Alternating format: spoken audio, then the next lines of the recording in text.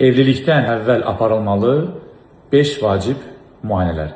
Birincisi, ümumi sağlamlığın dəyərləndirilməsi. Qan qrupu, rezus faktor, qan ümumi analizi, sirin ümumi analizi. İkincisi, infeksiyalar. Cinsi yolla keçən infeksiyalar, hepatit B, hepatit C, insan immunçaşmamazlığı virusu, sifilis. Üçüncüsü, ümumi reproduktiv sağlamlığın dəyərləndirilməsi. Qadınlarda ginekoloji check-up, kişilərdə androloji müayinə aparılmalıdır. Hər iki cinsdə hormonların müayinəsi, aşağı çanaq orqanlarının ultrasəs müayinəsi, qadınlarda pap test, kişilərdə spermogramma və xayalığın ultrasəs müayinəsi aparılmalıdır. Dördüncüsü, irsi xəstəliklərin skriningi, xüsusən talassemiya xəstəliyinin müayinəsi. Beşincisi isə psixoloji sağlamlıq və uyğunluq. Bu artıq psixoloqa tərəfindən aparılır.